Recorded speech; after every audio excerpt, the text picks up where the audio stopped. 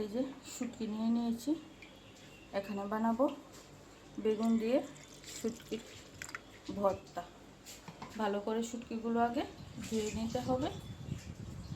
এই যে এখানে ডুমডুমু করে বেগুন কেটে নিয়েছি, তার সাথে আছে কাঁচামরিচ, আছে রসুন পেঁয়াজ।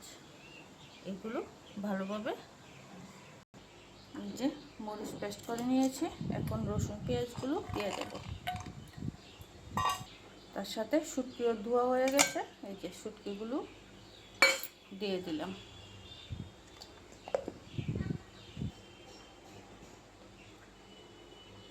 এই যে সব পেস্ট করে নিয়েছি। কড়াই বসিয়ে দিয়েছি, দিয়ে দিলাম তেল। তেল গরম হয়ে গেছে, দিয়ে দেবো এখন পেস্ট করে নিয়েছি এইগুলো। এখন দিয়ে দেব লবণ।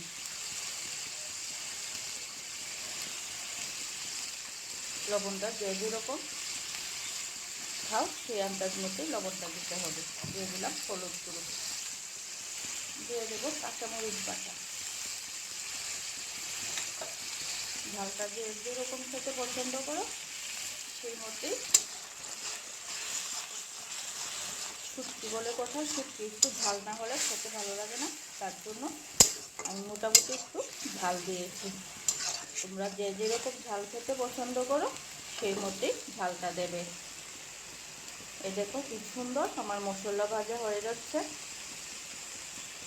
মশলা থেকে তেলও ছেড়ে দিচ্ছে।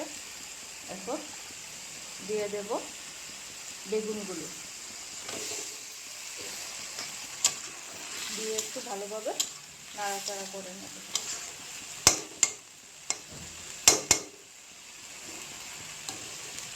অল্প করে একটু জল দিয়ে দেবো।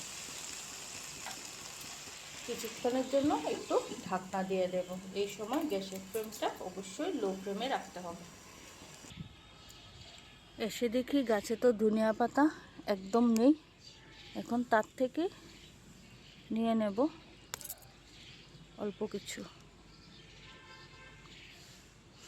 এখন চারা বেরোবে, এই যে বীজ শুকিয়ে আসছে, তার থেকে চারা বেরোবে। তার জন্য গাছে নিচের দিকে ধনিয়া পাতা নেই।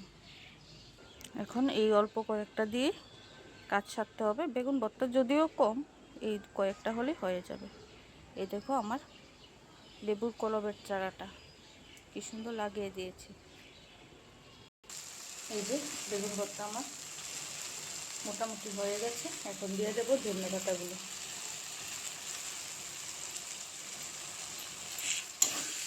দিয়ে ভালোভাবে নাড়াচাড়া একটু করে নেব। এই যে কি সুন্দর নামিয়ে নিলাম শুটকি দিয়ে বেগুন দিয়ে ভর্তা। কীরকম হয়েছে অবশ্যই কমেন্ট করে জানাবে। ভালো লাগলে লাইক কমেন্ট শেয়ার করে দেবে। আর জানি আমার বন্ধুরা বেগুন শুটকি বিভিন্ন ঐতিহ্যবাহী রান্নাগুলো দেখতে ভীষণ পছন্দ করে, তার জন্য আমি আজকে বেগুন দিয়ে শুটকি দিয়ে ভর্তা রেসিপিটা দেখিয়ে দিলাম। কীরকম হলো অবশ্যই কমেন্ট করে জানাবে। আর এটার মধ্যে যদি রেটিং দিতে বলি 1 থেকে 10-এর মধ্যে, তাহলে তোমরা কত দেবে সেটাও জানাতে ভুলবে না। ভালো লাগলে এরকম ভিডিও দেখতে চাইলে অবশ্যই ফলো করবে, সাবস্ক্রাইব করে পাশে থাকবে। পুরো ভিডিওটা দেখার জন্য ধন্যবাদ।